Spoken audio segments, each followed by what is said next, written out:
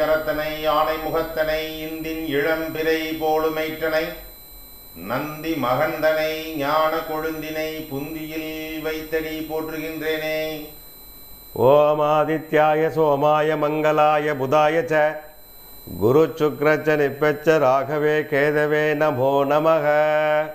அன்பார்ந்த மா டிவி நேயர்கள் அனைவருக்கும் இனிய மாலை வணக்கம். இன்றைய நிகழ்ச்சியில் நேயர்களுடைய பெயர், நட்சத்திரம், ராசி, வயதை சொல்லி அவங்களுடைய பலன்களை கேட்டு தெரிந்து கொள்வதற்கு முன்னதாக, பொதுவாக இப்போ நம்ம தமிழ்நாடு உட்பட 5 மாநிலத்தினுடைய தேர்தல்கள், தேர்தலில் நிறைய போட்டியாளர்கள் கண்டஸ்ட் பண்ணக்கூடிய நிகழ்வெல்லாம் நடக்கும். அதை மக்கள் தேர்வு பண்ணி வாக்களித்து யார் வெற்றி பெறுவார்கள். இப்போ இந்த போட்டி களம் அப்படிங்கிறது ரொம்ப சுவாரஸ்யமாக விறுவிறுப்பாக இருக்கும். 100% வாக்களிக்க வேண்டும் அப்படின்னு நம்மளுடைய மாவட்ட ஆட்சித்தலைவருடைய தலைமையில் தேர்தல் ஆணையத்தினுடைய ஆணையின் அடிப்படையில் விழிப்புணர்வு பிரச்சாரங்கள் நடந்துகிட்டு இருக்கு. இதை கண்டிப்பாக எல்லாரும் செய்யணும். அதனால் அனைவரும் வாக்களிக்க வேண்டும் என்பதை வலியுறுத்தக்கூடிய ஒரு முக்கியமான நிகழ்வில் எல்லாரும் கலந்துக்கணும் அப்படிங்கிறது நேரம் கேட்டுக்கொள்வது மட்டும் இல்லாமல், ஜோதிட ரீதியாக இப்போ ஒரு 10 குதிரை ஓடக்கூடிய ஒரு மைதானத்தில் 1 செகண்டு 2 செகண்ட் வித்தியாசத்தில் 1ஆம் இடம், 2ஆம் இடம், 3ஆம் இடம்னு சில குதிரைகள் வருது. எல்லாம் ஒரே மாதிரி ஓட்டத்தில் இருந்தாலும் கூட அந்த ஒரு சில வினாடிகளினுடைய மாறுதல்கள் அந்த வெற்றியினுடைய முதன்மை அப்படிங்கிற ஒரு பங்கை எடுக்கக்கூடிய முக்கியமான தருணம். இதற்கு உழைப்பு இருந்தாலும் கூட யோகம் முக்கிய பங்கு வகிக்கிறதுங்கிறது எல்லாரும் அறிந்த ஒன்று தான். அந்த ஃப்ராக்ஷன் ஆஃப் செகண்டில் திறமை இருக்கும், உழைப்பு இருக்கும், எல்லாமே இருக்கும். ஆனால் அந்த ஒரு நொடி பொழுதுல வெற்றி 2ஆம் கையிலிருந்து முதல் கைக்கு மாறுறது அப்படிங்கிறது கண்டிப்பாக அதற்கு கிரகங்கள், ஜோதிட சாஸ்திரம் முக்கிய பங்கு வகிக்கிறது யாராலையும் மறுக்க முடியாது. கண்டிப்பா. இப்போ அதன் அடிப்படையில் பிரபல ஜோதிடர் எஸ். சங்கர சுப்பிரமணிய ஐயா நம்மள்ட்ட இருக்காங்க. ஒரு மனிதர் ஒரு எம்எல்ஏவாகவோ அல்லது எம்எல்ஏவான ஒரு நபர் மந்திரி சபையில் இடம்பெறக்கூடிய அமைப்போ, அல்லது அதுக்கு அடுத்து மேலே முதலமைச்சராகக்கூடிய அமைப்போ, அல்லது மத்திய மந்திரி ஆகக்கூடிய அமைப்போ, அல்லது பிரதமர் ஆகக்கூடிய, இப்படி அந்த கேட்டகரிஸில் எந்த மாதிரியான யோகங்கள் ஒரு ஜாதகத்தில் அவங்களுக்கு நிர்ணயிக்கப்படுகிறது அப்படிங்கிறத பற்றி ஒரு அடிப்படையான சில விஷயங்களை ஐயாட்ட கேட்டு தெரிந்து கொள்ளலாம். சொல்லுங்க. பொதுவாக இந்த ஜாதகத்தில் முதல் வரி என்ன எழுதுவாங்கன்னா, ஜனனி ஜென்ம சௌக்கியானாம் வர்த்தனி குலசம்பதாம் பதவி பூர்வ புண்ணியானாம் லிங்கதே ஜென்ம பத்திரிகா அப்படின்னு வாக்கியம் எழுதுவாங்க. என்னென்னு கேட்டால், இவன் பிறக்கக்கூடிய குலம், வைக்கக்கூடிய பதவி, இவருக்கு இருக்கக்கூடிய பணம், சம்பத்து, கல்வி எல்லாமே அவருடைய பூர்வ புண்ணியத்தால் அனுபவிக்கப்படுகிறது. அதனால தான் நிர்ணயம் பண்ணியாச்சு. அப்போது அரசாங்கத்தில் பெரிய ஒரு அமைப்பில் உட்காரணும், ஒரு மந்திரியாக உட்காரணும், எம்எல்ஏ உட்காரணும், முதலமைச்சராக உட்காரணும், அதுக்கு ஜாதக பலன் பார்க்குறது எப்படின்னு பார்த்தீங்கன்னா, சாதாரண முறையில் ஜாதக பலன் பார்த்தா அது சரியாக வராது. ஜெயமணி சூத்திரம் சொல்லக்கூடிய ஜோதிட ரிஷி, ஜெயமணி ரிஷி எழுதின வாக்கியம், அந்த முறையில் ஜாதகத்தை பார்த்தா அவங்களுடைய வெற்றி தோல்விகள் தெளிவாக தெரியும். அது ஒரு ஃபார்முலா. எத்தனையோ ரிஷிகள் வராமல் எடுத்திருக்கார், புலிப்பாணி எழுதிருக்கார், அகஸ்தியர் எழுதியிருக்கார், நாடி ஜோதிடம் இருக்குது, கைரேக ஜோதிடம் இருக்குது, பிரசன்ன ஜோதிடம் இருக்குது. இருந்தாலும் ஜோதிட சாஸ்திரத்தில் இந்த அரசியல் என்னுடைய அனுபவத்தில் ஒருத்தர் முறையில் பார்ப்பாங்க. கண்டிப்பாக அந்த ஜெயமணி சூத்திரம் அடிப்படையில் ஜாதகத்தை கணித்து அது சம்மந்தப்பட்ட பலன் பார்த்தா அரசியலில் முன்னேற்றம் இருக்குமா, ஜெயிக்குமா, தோல்வி ஆகும் சொல்லலாம். அதே மாதிரி தேர்தலில் வெற்றி பெறணும்னு சொன்னால் அவங்க ஜாதகத்துலேருந்து பிறந்த ஜாதகத்தில் லக்னத்துக்கு 3ஆம் இடம் சொல்லக்கூடிய உபஜயஸ்தானாதிபதி நல்ல இடத்துல இருக்கணும். 2வது, அவருடைய ஜாதகம் பூர்வ புண்ணியம் நிறைய இருக்கணும். நடப்பு தசா புத்தி நல்லா இருக்கணும். கோச்சார பலன் கொஞ்சம் நல்லா இருக்கணும். இதை எல்லாம் இருந்தால் கண்டிப்பாக அரசாங்கத்தில் அவங்களுக்கு நல்ல ஒரு பதவியில் சட்டசபையிலையோ இல்லை பாராளுமன்றத்திலையோ உட்காரக்கூடிய பலன் உண்டு. அதுக்கப்புறம் ஜாதகத்தில் அரசாங்கத்துக்கு நிறைய யோகங்கள் சொல்லியிருக்காங்க. உதாரணமாக அகண்ட சாம்ராஜ்ய யோகம் அப்படிம்பாங்க. அகண்ட சாம்ராஜ்யம், கிரகங்கள் பல இடங்களில் கேந்திரம், திரிகோணம் அப்படி இருக்கிறது அகண்ட சாம்ராஜ்ய யோகம். அப்புறம் தொடர் சங்கிலி யோகம்னு ஒரு யோகம் சொல்லுவாங்க. தொடர் சங்கிலி யோகம்னா ஒருவருடைய ஜாதகத்தில் லக்னத்திலேருந்து வரிசையாக கிரகம், மொத்தம் 9 கிரகம், அந்த 9 கிரகத்தில் 8 கிரகம் இல்லைன்னா 7 கிரகம் வரிசையாக இருந்தால் தொடர் சங்கிலி யோகம். அந்த தொடர் சங்கிலி யோகம் இருந்தாலும் நிறைய பேர் பார்த்திங்கன்னா அரசியலில் பெரிய தலைவராகவோ, அதேமாதிரி பெரிய அரசாங்கத்தில் ஒரு எம்எல்ஏ, எம்பி அந்த மாதிரி ஒரு அமைச்சர் சம்மந்தப்பட்ட பதவியை வைக்கக்கூடிய பலன்கள் அவங்களுக்கு உண்டு. அதுக்கப்புறம் பார்க்கும்போது கேரள ஜோதிடத்தில் ஒன்று சொல்லியிருக்கு. அது என்னென்னா அதே மாதிரி அது வந்து கிரகங்கள் வந்து கூட்டு கிரகங்கள் சேர்ந்து அது பகை இல்லாமல் நல்ல இடத்துல இருந்தால், அஷ்டவர்க பரலில் நல்ல பரல் பெயர்ந்தாலும் அவங்களுக்கு வந்து அரசியலில் பெரிய யோகத்தை கொடுக்கும். தசாபுத்தி நல்லா இருக்கணும், அதுமாதிரி கோச்சாரம் நல்லா இருக்கணும், அவங்களுக்கு அந்த அமைப்பு இருக்கணும். அதோட முக்கியமானது எதிர்த்து நிற்கக்கூடிய போட்டியாளருடைய ஜாதகத்தை விட இவர் ஜாதகம் பலமாக இருக்கணும். அதை நம்ம எப்படி கண்டுபிடிக்க முடியும்? எதிர்த்து நிற்கக்கூடிய ஜாதகம் எல்லாருக்கும் இவருக்கு கண்டிப்பாக தெரிஞ்சிருக்கு. அப்போ எதிர்த்து நிற்கக்கூடிய அவருடைய ஜாதகத்தை பார்க்காம அவருக்கு அவர் பெயரை வச்சு பிரசன்னம் பார்த்துக்கணும். எதிர யார் நிற்கிறாரோ அவர் ஜாதகத்தை வச்சு பிரசன்னம் பார்த்துட்டு இவருடைய ஜாதகத்தை வச்சு கம்பேர் பண்ணி பார்த்தால் வெற்றி தோல்வி ஒரு 80% உறுதியாக தெரியும். இதுதான் உண்மை. இல்லை, அதை தான் இப்போ நான் கேட்கணும்னு நினச்சேன். அதாவது இவருடைய ஜாதகங்கள் நீங்கள் சொல்லக்கூடிய அனைத்து வலுவாக இருக்கக்கூடிய ஜாதகமாக இருந்தாலும் கூட இவருக்கு போட்டியாளராக இருக்கக்கூடிய அவருடைய ஜாதக நிலைகள் வந்து நமக்கு எந்த அளவில் பலவீனம்ங்கிறது தெரியும் பொழுது தான் மிக துல்லியமான கணிதம் நம்ம கொண்டு வர முடியும். பிரசனத்தின் அடிப்படையில் நம்ம பார்க்கும்போது ஒரு 80% கண்டிப்பாக உண்டான வாய்ப்புகள் இருக்கு. கண்டிப்பாக சிறிய இடைவேளைக்கு பிறகு இந்த நிகழ்ச்சி தொடரும். பொதுவாக ஒரு போட்டியில் வெற்றி பெற வேண்டியதாக இருந்தால், அதாவது ஒரு போட்டின்னா அது படிப்புக்கு உண்டான போட்டியாக இருக்கலாம், வேலைக்கான போட்டியாக இருக்கலாம், எந்த கள போட்டியாக இருந்தாலும் போட்டியில் வெற்றி பெறுவதற்கு வழிபட வேண்டிய தெய்வம் என்னையா? போட்டியில் வெற்றி பெற தெய்வங்கள் வந்து நிறைய. இப்போது கல்வியில் போட்டு ஜெயிக்கணும், அது சில தெய்வங்கள். சரி, அது ஐயக்கிரிவர், சரஸ்வதி, ஞானத்தை தரக்கூடிய சண்டிகேஸ்வரர். அரசியல் பதவி, ராஜாங்க பதவி உட்காரணும் அப்படின்னா ஒரு ஜாதகத்தில் பலம் குறைவாக இருந்தாலும் தெய்வ பலத்தால் வரலான்னு சாஸ்திரங்கள் சொல்லியிருக்கு இல்லையா? தர்மசாஸ்திரம் என்ன சொல்லியிருக்கு? தெய்வ வழிபாடு, தெய்வத்தினுடைய வழிபாடு மூலம் இறை அருள் மூலம் பெற முடியும். அப்போது ராஜமாதங்கி ஆமாம், ராஜமாதங்கி அம்பாளுடைய வழிபாடு அரசாங்கத்தில் உயர்ந்த பதவியில் உட்கார வைக்கும். அதே மாதிரி அஸ்வரூடா, இந்த அஸ்வரூடா அப்படின்னு கேட்டிங்கன்னா வராயினுடைய ஒரு மறு அம்ச தெய்வம், அங்க தெய்வம்னு சொல்லுவாங்க அஸ்வரூடா. இந்த அஸ்வரூடா என்ன பண்ணுவாங்கன்னா போருக்கு போகும்போது வெள்ளை குதிரையில் தான் போவாளாம். அஸ்வரூடா வந்து அஸ்வம்னாலே குதிரை, வெள்ளை குதிரையில் ஏறி தான் போர் செய்ய போவாள். வாராயுடைய அம்சம் அஸ்வரூடா. அப்போ அந்த போர் செய்யும்போது குதிரையிலேருந்து இறங்காமலே போர்லேருந்து எல்லாரும் ஜெயிச்சுட்டு வந்துடுவாளாம். மற்ற குதிரையிலேருந்து இறங்குவாங்களே, எந்த ஒரு சூழ்நிலை குதிரையை விட்டு இறங்காமலேயே அனைத்தையும் வெற்றி கொண்டு வெற்றி வாகை சூடி வரக்கூடியது அந்த அஸ்வரூடா அம்பாளுக்கு உண்டு. அதனால் அந்த அஸ்வரூடா அம்பாளுடைய வழிபாடு வெற்றியை கொடுக்கக்கூடியதாக நம்ம தர்மசாஸ்திரம், நம்மளுடைய சாஸ்திரம் சொல்லியிருக்கு. நிறைய பேர் என்ன பண்ணுவாங்க, தேர்தலில் ஜெயிக்கணும் அப்படிங்கிறதுக்காக பிரத்திங்கரா ஹோமம் பண்ணுறேன், சூரிய துர்கா ஹோமம் பண்ணுறேன் அப்படின்லாம் சொல்லுவாங்க. பிரத்திங்கராங்கிறது வந்து அப்படின்னா சத்துருவை வந்து அழிக்கும், அடைக்க வைக்கணும். சத்துருவை அழிச்சியோ அடைக்க நமக்கு பிரயோஜனம் பிள்ளை இல்லையா? நம்ம ஜெயிக்கணும், சத்துரு நல்லா இருக்கட்டும், எதிரியும் நல்லா இருக்கட்டும், நம்ம ஜெயிக்க உண்டான வேலையை தான் அதை பார்க்கணும். அப்போ நம்ம ஜெயிக்கணும்னு அப்போ அஸ்வரூடா அம்பாளுடைய பூஜை ஹோமங்கள், அதுக்கப்புறம் ராஜமாதங்கி, இந்த மாதிரி தெய்வங்களுடைய ஹோமங்கள் நல்லாயிருக்கும். இந்த மாதிரி பண்ணால் நல்லாயிருக்கும். இதில் ராஜ பதவி எடுக்கக்கூடிய இந்த காலத்தில் ராஜசூய யாகம்னு ஒன்று நடத்துகிறாங்க. என்ன ராஜாக்கள் வெற்றி பெறது என்ன பண்ணாங்க? ராஜசூய யாகம். ஆமாம், சுய யாகம். அப்புறம் அஸ்வமேதா யாகம்னு ஒரு யாகம் நடத்துவாங்க ராஜாக்கள். அந்த காலத்தில் ஒரு நாடை கைப்பற்றணும், ஒரு நாட்டிலேருந்து போர் தொடர்றதுக்கு முந்தைய அந்த நாட்டை வந்து கைப்பற்றி நமக்கு இங்கே போரில் வெற்றியாகி பெறதுக்கு என்ன செய்வாங்க? அஸ்வமேத யாகம். அந்த அஸ்வமேதா யாகம் பண்ணும்போது என்ன செய்வாங்கன்னா ஒரு குதிரையை வந்து பூஜை பண்ணி நல்ல நாள் பார்த்து நல்ல நேரத்தில் விடுவாங்களாம். அந்த குதிரையானது அந்த பகுதி ஃபுல்லாக சுற்றி தன்னுடைய இருப்பிடத்துக்கு திருப்பி வந்தாச்சுன்னு இவங்களை வெற்றியாக கருதப்படுது. இது வந்து அஸ்வமேத யாகம், ராஜசூயம். இப்படி எவ்வளோ யாகங்கள் இதிகாச புராண காலத்திலேருந்தே இருக்குது இல்லையா? கண்டிப்பாக. இப்போது ராமர் வந்து வெற்றி பெறணும், ராவணனை அழிக்கணும், எவ்வளோ முயற்சி பண்ணார், முடியல, வெற்றி அடைய முடியல. கடைசியில் அகஸ்திய சித்தர் தான் என்ன பண்ணார், ராமபிரானுக்கு ஆதித்ய ஹிருதயம் பாராயண மந்திரத்தை உபதேசம் பண்ணி அதுக்கப்புறம் தான் ராவணனை ஜெயிக்க முடிஞ்சது. அதே மாதிரி வெற்றியை பெறதுக்கு எத்தனையோ தெய்வங்கள் இருக்குது. இருந்தாலும் கலியுகத்தில் எந்த தெய்வம் வழிபாடு பண்ணலாம் வெற்றி, அரசாங்கத்தில் வெற்றி பெறணும், நல்ல பதவி அடையணும் அப்படின்னு கேட்டேன்னா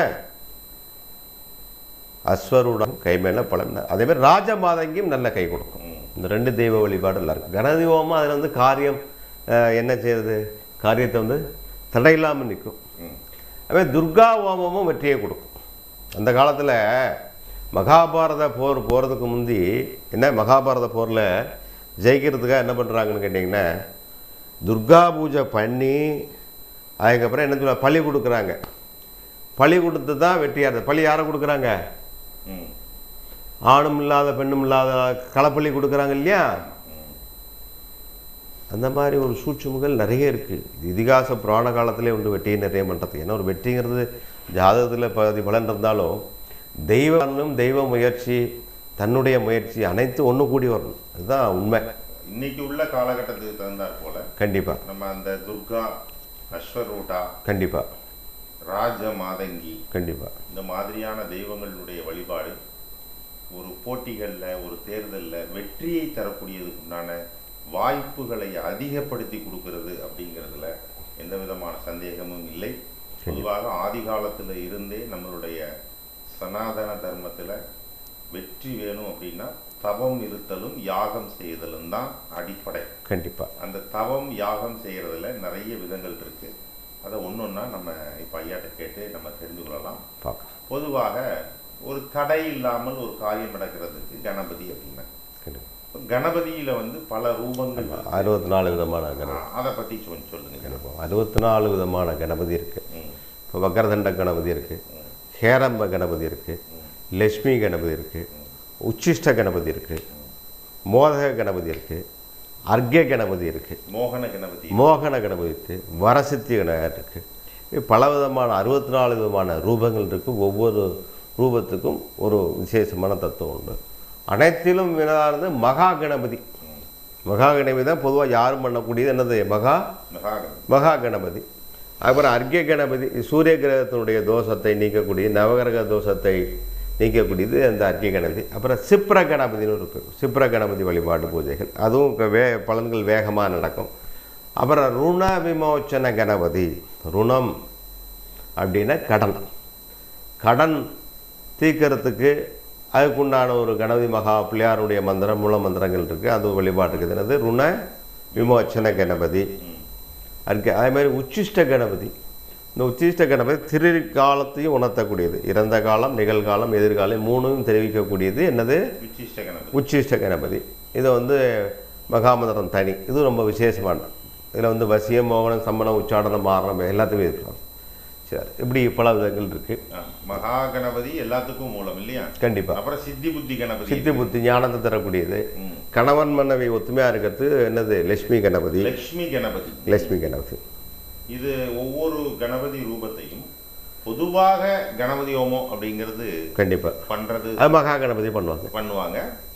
எந்த காரியத்து தடை இருக்கோ அந்த காரியத்தினுடைய தடையை உடைக்கிறதுக்கு உண்டான கணபதி ரூபம் அப்படிங்கிறது. இப்போ கல்வி தடை அப்படிங்கும்போது உங்களுக்கு வந்து வித்யா கணபதி. ஆமாம், வித்யா கணபதி பண்ணுவோம். கல்வி தடை. கணவன் மனைவி ஒற்றுமை. லட்சுமி கணபதி. உச்சிஷ்ட கணபதி எல்லா காரியத்துக்கும் பயன்படுத்தலாம். நல்லது கெட்டதுக்கு எல்லாமே. அந்த உச்சிஷ்ட கணபதி வந்து இன்னைக்கு ரொம்ப கொஞ்சம் ஃபேமஸா இருக்கு. கண்டிப்பா. நம்ம ஊர்ல மணிமூர்த்தீஸ்வரத்துல ஆலயம் இருக்கு. பல ஆண்டுகளுக்கு முந்தைய, பல நூற்றாண்டுக்கு முந்தைய ஆலயம் இருக்கு. இன்னைக்கு நிறைய யூடியூப்ல சேனல்ல நிறைய பேர் உச்சிஷ்ட கணபதி மந்திரம் தரேன் அப்படின்னு சொல்லிட்டு இது பண்ணிருக்காங்க. இந்த கணபதி சித்தி ஆகணும் ஒருத்தருக்கு அப்படின்னா அது எல்லாருக்கும் ஆகிறது இல்ல. உச்சிஷ்ட கணபதி எல்லாரும் சித்தி ஆகும். பொதுவா அது எந்த கணபதியாக இருந்தாலுமே அவங்க ஜாதக ரீதியாக அப்படிங்கிறது என்ன கிரக ஆதிக்கம் இருக்கணும். அதாவது உச்சிஷ்ட கணபதிக்கு வந்து பலமாக அந்த மந்திரம் சித்தியாகணும். இவங்க பிரயோகம் பண்ண பிறந்த ஜாதத்தில் வந்து புதன் வந்து நல்ல இடத்துல இருக்கணும். புதன் வந்து குறிப்பாக 4ல் பலமாகணும், இல்லை கேது 4ல் இருக்கணும். அதுவும் இருந்து இன்னொன்று சொல்கிறான், அங்கத்தில் உடம்புல அவங்களுக்கு இந்த இதில் இப்படி இருக்கணும்னு இருக்கு. அவங்களுக்கு கண்டிப்பாக கிரகங்கள் எப்படி இருக்கும், சிலருக்கு ஜாதகம் இருக்கும், ஜாதகம் இருக்காது இல்லையா? அதெல்லாம் என்ன சொல்கிறான்னா முட்டில் நல்ல தெளிவான ஒரு மச்சம் இருக்கணுங்கிறான். முட்டில் தெளிவான ஒரு மச்சம். ஆமாம், தெளிவான மச்சம் இருந்தாலும் உச்சிஷ்ட மகா கணபதி சித்தியாகும். பொதுவாக எல்லாரும் உச்சிஷ்ட கணபதி நான் உனக்கு கொடுக்குறேன் போகிறேன் வரேன்னு சொல்கிறாங்க. ஒரு வியாபார நோக்கில் நடக்கும். எல்லாருக்கும் எல்லா மந்திரங்களும் சித்தியாகும். எல்லாருக்கும் எல்லாம் சித்தியாகுது. எனக்கு ஒரு தேவதை சித்தியாகும், எனக்கு இன்னொரு தேவதை சித்தியாகாது. கண்டிப்பாக. உங்களுக்கு ஒரு தேவதை சித்தியாகும். அது மாதிரி அது அவங்க ஜாதக பொறுத்து. ஜாதகம், ஆமாம், அவங்களுடைய பரம்பரை வழிபாடு இந்த மாதிரி இருக்கும். சிலருக்கு வாராகி சித்தி ஆகும், சிலருக்கு வாராகி சித்தி ஆகாது, சிலருக்கு பிள்ளையாரே சித்தி ஆகாது, சிலருக்கு ஆஞ்சநேயர் சித்தி ஆகும், சிலருக்கு ஆஞ்சநேயர் செட் ஆகாது, இல்லை ஆஞ்சநேயர் பார்த்தாலே பயமாக இருக்கும் சிலருக்கு. ஒவ்வொருத்தருக்கும் ஒரு தெய்வ வழிபாடு இருக்குது ஜாதகத்தை பொறுத்து. அதே மாதிரியா நம்ம திருப்பதியில் போய் வழிபாடு செய்துட்டு வர்றதுக்கு நிறைய யூடியூப்புகளில் என்ன பண்ணிட்டாங்க அப்படின்னா, எல்லாரும் திருப்பதி போகக்கூடாது, அது வந்து சந்திரனுடைய ஸ்தலம், அதனால சந்திரன் அஷ்டமாதிபதியாக வரக்கூடிய தனுசு ராசி போகக்கூடாது, சந்திரன் 6ஆம் அதிபதியாக வரக்கூடிய கும்பராசி போகக்கூடாது, சந்திரன் விரையாதிபதியாக வரக்கூடிய சிம்ம ராசி போகக்கூடாதுன்னு சந்திரனை மையப்படுத்தி ஜோதிடத்தை கனெக்ட் பண்ணி ஒரு விஷயம் பரவி நிறைய மக்கள் திருப்பதியில போய் எம்பெருமான் ஏழுமலையானை தரிசனம் பண்ணிட்டு வரக்கூடிய பயத்துல நிறைய பேர் இருக்கிறாங்க. இதுக்கு நம்ம சாதத்துல எந்த விதமான ஆதாரமும் கிடையாது. இவங்கெல்லாம் வாய்க்கு வந்து சொல்றது. ஆக்சுவலா சந்திரன் பலம் இல்லாம யாருமே வாழ முடியாது. நீங்க செய்யக்கூடிய ஒவ்வொரு செயலும் ஒவ்வொரு நாளையும் ஒவ்வொரு நேரத்தையும் செய்யக்கூடிய அந்த சந்திரனுடைய செயல்பாடு தான். சொல்றவங்க எப்படி சொல்றாங்க அப்படின்னா, கண்டிப்பாக போனா ஒரு ரூபாயே அழிஞ்சு போகும், போனா உனக்கு சண்டை வந்து, அதாவது ஒரு மிரட்டல் துணியில போனால் உங்களுக்கு வரும், இந்த மாதிரி கேடு விளையும் நல்ல சொல்றது. ஆலயத்துக்கு போனால் ஒரு கேடு வருமா கண்டிப்பா அப்படிங்கறதுல இருந்து அந்த கேள்வியை நம்ம பரிசீலனிக்க வேண்டியது. கண்டிப்பா அதுல இருந்து உங்களுடைய விளக்கத்தை, அதாவது நல்ல ஜோதிடர்கள் நல்ல விஷயம் வந்து அதை சொல்ல மாட்டாங்க. அது 108 திவ்ய தேசத்துல ஒரு தேசம் இல்லையா, 108 திவ்ய தேசத்தில் ஒரு தேசம். ரெண்டாவது அங்கே வந்து ஆதிசங்கரர் வந்து என்ன பண்ணியிருக்காருன்னா எந்திரம் பிரதிஷ்டை பண்ணியிருக்கார். அந்த எந்திர பிரதிஷ்டை போய் அங்கே உள்ளே போயாச்சும் உங்கள் ராசி கட்டம்லாம் வேலை செய்யாதுங்க. அங்கே உள்ளே போயாச்சும் நீ என்ன ராசிக்கார என்ன ராசி, அங்கே எல்லாம் பக்தர்கள், எல்லாமே என்னது பெருமாள் பக்தர் ஆயிடுறாங்க. அங்கே போயினா பக்தர் தான் எல்லாருமே, அங்கே கோவிந்தா தான். அந்த கோவிந்தா நாமத்தை சொல்லும் போது உன்னுடைய பெயரோ உன்னுடைய ஜாதகமோ எதுவுமே அந்த இடத்துல வேலை செய்யாது. தைரியம் போய் சாமி கும்பிடலாம் திருப்பதி எந்த ராசியா இருந்தாலும் போயிட்டு வர்றது. கண்டிப்பா மாற்று கருத்து இல்லைனாலும் மக்கள் நிறைய பேர் அது காக்கா உட்கார பணமலம் வந்த கதையை எதையோ சொல்லதை கேட்டிருப்பாங்க, அப்படி போயிருப்பேன். இப்போ உதாரணமா 2ஆம் தேதி ஒரு ஜாதகம் பார்க்க வந்தாங்க. சரி, அதில் வந்து குரு எனக்கும் மாப்பிள்ளைக்கும் குரு 5ல் இருக்குது, அதனால குழந்தை பிறக்கான்னு யூடியூப்பில் பார்த்தேன். 4-5 பேர் யூடியூப்பில் சொன்னாங்க, ஜோசியர் சொன்னாங்க. பொதுவாக அப்படின்னு கேட்டாலும் 5 ரூபா குரு இருந்தால் காரகோ பாவனாஸ்தி அப்படின்னு பொதுவாக சொல்லியிருக்கு. அந்த குரு அந்த ராசியில் என்ன நட்சத்திரத்தில் இருக்குது, என்ன பாதத்தில் இருக்குது, 12 ராசியில் இருக்குது. இந்த குருவே ஆனது பார்த்தீங்கன்னா 12 ராசியில் இருக்கும். ஒவ்வொரு ராசியில் இருக்கும்போது அதனுடைய குணங்கள் மாறும். ஒவ்வொரு ராசியில் குணங்கள், ஒரே கிரகம் குருவானது 12 ராசியில் ஒவ்வொரு ராசியிலுக்கும் அதனுடைய குணங்கள் மாறும். இப்போ உதாரணமாக பார்க்கும்போது வச்சுக்கோங்களேன், ஒரு மனிதன் இருக்கான், அவனுக்கு வீட்டில் இருக்கும்போது அவருக்கு ஒரு குணம் இருக்கும், வேலை பார்க்குற இடத்துல ஒரு குணம் இருக்கும், நடந்து போகும்போது ஒரு குணம் இருக்கும், 10 பேரை பார்க்கும்போது ஒரு குணம் இருக்கும் இல்லையா. அதே 5ஆம் பாவத்தில் அதே குரு உச்சமாகும், ஆட்சியில் இருக்கும், நீசமும் ஆகும். நல்ல நட்சத்திர பாக்கியாதி நட்சத்திர சாரம் வாங்கியிருக்கும்.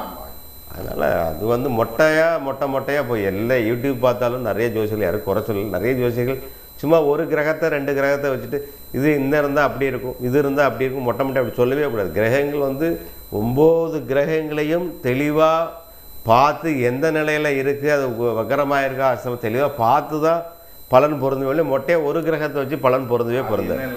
மக்கள்கிட்டையும் ஒரு பிழை இருக்கு. என்ன பிள்ளைன்னா, இந்த ஒரு நிமிஷம் ரீல்ஸ் தான் அவங்க பார்க்குறாங்க. ஆமாம், ஒரு ஜோசியர் வந்து முன்ன என்ன வார்த்தை சொல்லியிருக்காரு, பின்ன என்ன வார்த்தை சொல்லியிருக்காரு நமக்கு தெரியாது. ஆமாம், மொட்டையாக கேட்டு வந்து. ஆனால் இவங்க ஒரு நிமிஷம் ரீல்ஸை தான் பார்த்து ஒரே கண்டென்ட் வந்து வியூஸ் போகணும். அவங்களுக்கு ஒரு நிமிஷம் ரீல்ஸ் போடுறவங்களுக்கு கண்டிப்பாக வியூ போகணுங்கிற நோக்கம். அப்போ என்ன செய்கிறாங்க, திருப்பதிக்கு இந்தந்த ராசி போனால் பாதிக்கும், இந்தந்த ராசி போனால் சிறப்பாக இருக்கும்னு சுருக்கமாக சொல்லி முடிக்கக்கூடியதில் அதுக்கு அந்த ஒரு ஃபேமஸ் ஆகிறதுக்காக கூட அது நடக்குது. இதை யார் ஆக்குறா அப்படின்னா இந்த ரீல்ஸ் பார்க்குறத தவிர்க்கணும். மக்கள் வந்து ஒரு சாஸ்திரத்தை நீங்கள் படிக்கணும்னா முழுசாக கேட்கணும். ஒரு 1/2 மணி நேரம் வீடியோ இருக்குது, 3/4 மணி நேரம் வீடியோ இருக்குன்னா முழுமையாக நீங்கள் கேட்டால் தான் உங்களுக்கு அதனுடைய உள்ளர்த்தம் தெளிவாக. கண்டிப்பாக அப்படிங்கிறது ஒரு மக்கள் கண்டிப்பாக இந்த அவசர உலகத்தில் போடும்போது எல்லாருமே ஷார்ட்டா 5ஆம் இடத்துல குரு குழந்தை இருக்காது அப்படின்னு ஓங்கி சொல்லிட்டு போயிடும். அதுக்கப்புறம் அது உள்ள விஷயங்கள் யாருக்கு கண்டிப்பாக என்ன ராசியில் இருக்குது, என்ன பாவம் இருக்குது.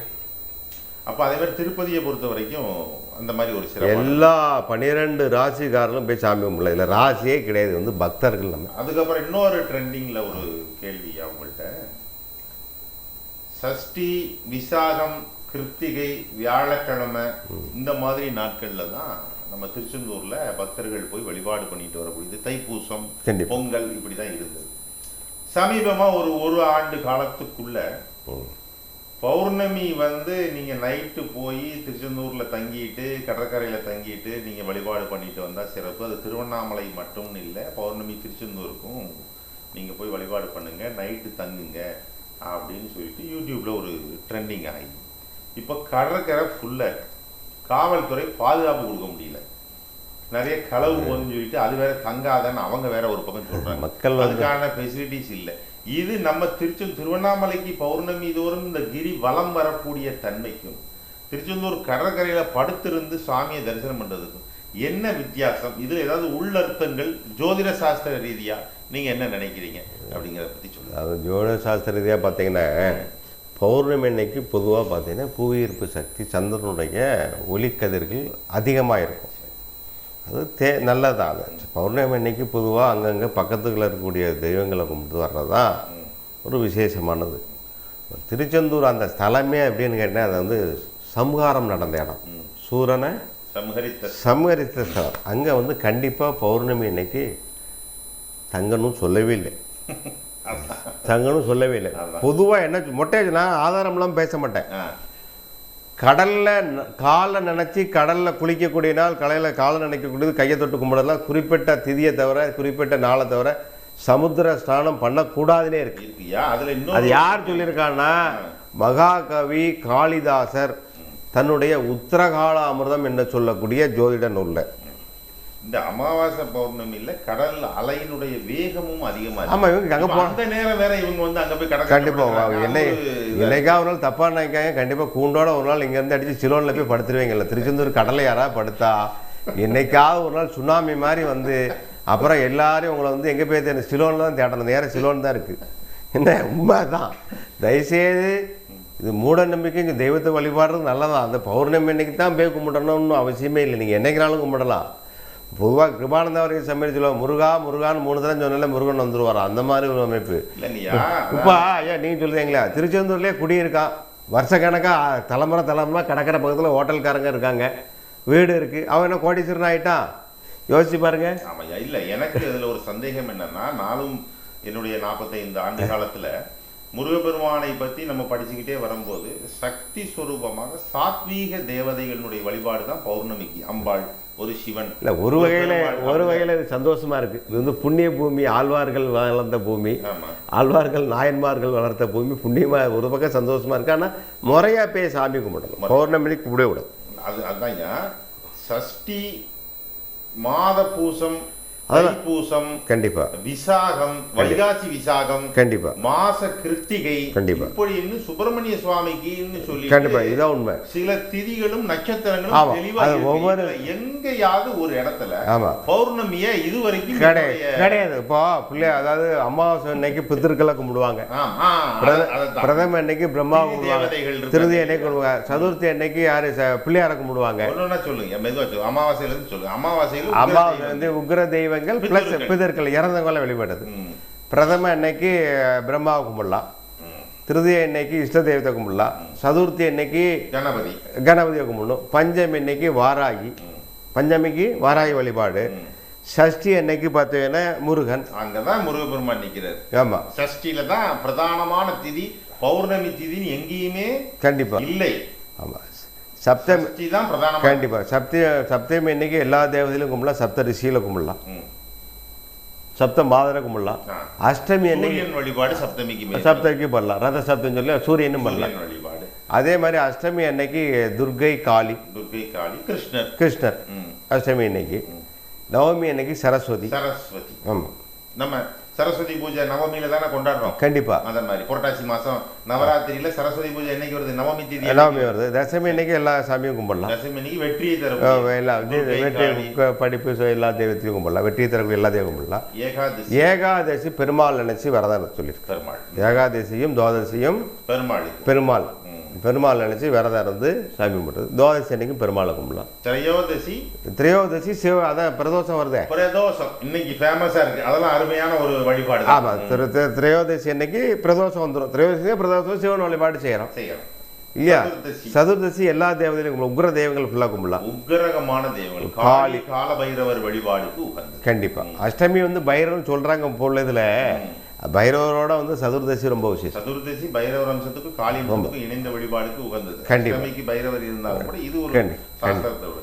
அப்புறம் பௌர்ணமி பூரண சந்திர கிரணங்கள் இருக்கக்கூடிய நாள். சாத்வீகம் சாத்வீகம் சாந்தமான பிறை உள்ள அம்பாளை வழிபாடு சொல்லியிருக்கு. பிறை உள்ள அம்பாள் காந்திமதி, கோமதி, காமாட்சி. அப்புறம் அதே மாதிரி ஏன் திருவண்ணாமலை சொல்லியிருக்காங்க, அங்க அருணை பீடம். கண்டிப்பா. அண்ணாமலை அம்பாள் பௌர்ணமி அன்னைக்கு வந்து சத்யநாராயண வழிபாடு பண்றாங்க, பண்ணலாம், தப்பு இல்லை. பெருமாள் வழிபாடு இல்லாது பௌர்ணமி அன்னைக்கு கோயிலில் போய் வழிபாடுறது வந்து அம்பாள் வழிபாடு. திருச்செந்தூர் முருகனை சொல்லவே இல்லை. அதுல இவங்க என்ன கிளப்பி விட்டாங்க, சந்திரன் நீர் கிரகம், கடல் இருக்கு, அதனால நீங்க அங்க போய் கடற்கரையில போய் சந்திரனை முழுசா வாங்கிக்கலாம் சொல்லிட்டு ஒரு வருஷமா பெரிய பாடி. சந்திரன் குளத்திலே இருக்கு, எல்லா பக்கம் தான் இருக்கு, எல்லா பக்கமும் இருக்கு. அதை சொல்லி யாரோ கோர்த்து விட்டு அது ஃபேமஸ் ஆகி பாத்தீங்கன்னா சென்னையில இருந்து அங்க இருந்து இங்க இருந்து ட்ரெயின்ல வந்து பாத்தீங்கன்னா மக்கள் எத்தனை பித்தந்திரும்னு அலைகிறாங்க. கஷ்டம், மனக்குறையை நீக்கிறதுக்கு சொல்லக்கூடிய வழி ஜோதிட சாஸ்திரம். அது வேற ஒண்ணு. அதை பெருமையா ஒருத்தன் போயிட்டு வந்துருப்பா, நான் அங்க போயிட்டு வந்தேன்னு தெரியுது இல்லைங்கய்யா. இந்த திருப்பதி போகாதன்னு ஒருத்தர் கிளப்பி விட்ட மாதிரி இதையும் கிளப்பி விட்டாங்க ஐயா. செய்ய தப்பு, தர்மசாஸ்திரமே தெரியல இல்லாத தப்பு. அந்த தண்டனை நான் சொல்லித்தானே செய்யறேன். தவறான பதிவு ஜோதிடத்திலயோ சாஸ்திரத்திலயோ எதுலையோ தவறான பதிவு போட்டா கண்டிப்பா அவங்க அனுபவிச்சுதான். அந்த தெய்வத்துக்கு உண்டான திருச்செந்தூர், அதனால மக்களே தெளிவாக புரிந்து கொள்ளுங்கள். திருச்செந்தூர் சுப்பிரமணிய சுவாமிக்கு உண்டான பாரம்பரியமாக நம்ம ரிஷிகள் சித்தர்கள் சொல்லிய திதி சஷ்டி. கண்டிப்பா அதுதான் திதியில பௌர்ணமியோ அமாவாசையோ அங்க பிரதான நட்சத்திரத்துல கார்த்திகை விசாகம், கார்த்திகை விசாகம் பூசம் இது முருகனுக்கு உகந்தது. கிழமையில செவ்வாய். ஸ்தலமா இருக்கனால குரு வியாழக்கிழமை. இவ்வளவுதான் அதனுடைய தொடர்பு. ஆமா, கிட்டத்தட்ட ஒரு 7 நாள் தான் மாசத்துல திருச்செந்தூர் முருகனுக்கு விசேஷமான. மற்ற எல்லா நாளும் கும்பிடலாம், பௌர்ணமிக்கு கும்பிடக்கூடாதுன்னு இல்லை. பௌர்ணமியில கும்பிட்டா பலன்கிறது இல்லை, தங்கணும்னு அவசியமே கிடையாது. ஸ்தலத்தை போய் தொட்டு கும்பிட்டு வந்தாலே புண்ணியம். இந்த மாதிரி ஒவ்வொரு கோவில்லையும் ஒவ்வொரு விதமான யூடியூப்ல கிளப்பி விட்டு மக்கள் திண்டாடிட்டு வர்றதுனால அந்த கேள்வி கேட்டோம். ஒரு நேரில் இணைப்பில் வந்திருக்க என்னன்னு கேட்டுட்டு நம்ம அடுத்து தொடர்ந்து பேசுவோம். கால் கட் ஆகிடுச்சு. அது மாதிரி ஆலய வழிபாட்டில் ரொம்ப முக்கியமானது. அடுத்த நேரம் வந்திருக்காங்க, எங்கே நினைக்கிறாங்க அதை பார்ப்போம். இப்போது ஆலயங்களில் பார்த்தீங்கன்னா பெரிய பெரிய ஆலயங்கள்லாம் பார்க்கும்போது அந்த வழிபாடு செய்யக்குண்டான நல்ல பலனே கிடைக்காம போயிடுது. ஏன் அப்படின்னு கேட்டேன்னா, ஒரு கோயிலுக்கு போனால் இப்படி போய் இப்படி தான் சுற்றி வரணும், இப்படி பிரதட்சணை வரணும், இப்படி போகணுன்னு இருக்கு. அந்த முறையிலெல்லாம் மாற்றி. ஹலோ வணக்கம் சார், சொல்லுங்கள். வணக்கம் சார், என் பேர் பாலாஜி. ஓகே, எந்த ஊர்ல இருந்து? டவுன்ல இருந்து பேசுறேன் சார். ஓகே, யார் கேக்குறீங்க சார்? சார் எனக்கு தான் சார் கேக்குறேன். சரி, நட்சத்திரம் வயசு சொல்லுங்க. வயசு 33 சார். ஓகே, வயசு 33, மேஷ ராசி, அசுபதி நட்சத்திரம். அசுபதி. ஓகே, பிறகுமா கேது 4, சுக்கிரன் 24, சூரியன் 30. சந்திரதசை நடக்கிறதே அவங்களுக்கு. அந்த சந்திரதசையோட 7 சனியும் சேர்ந்து நடக்கிறது. ஓகே, என்ன சந்திரதசையோட கேட்குறீங்களா ஐயா? சந்திரதசையோட 7 சனி நடக்கிறது. 7 வந்து உங்களுக்கு வந்து செகண்ட் ரவுண்டு தான், பொங்கு சனி தான். இருந்தாலும் வரக்கூடிய ஜூன் மாதம் வரை கொஞ்சம் சுமாராக இருக்கும். ஜூனுக்கு அப்புறம் உங்களுக்கு எல்லாமே நல்லா இருக்கும். தொழில் இடம் மாற்றத்தை கொடுக்கும். என்ன அந்த மாதிரி இருக்குது.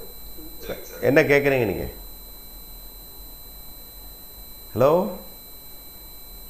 ஹலோ, நீங்கள் எதாவது கேட்க விரும்புகிறீங்களா? சொல்லுங்கள்.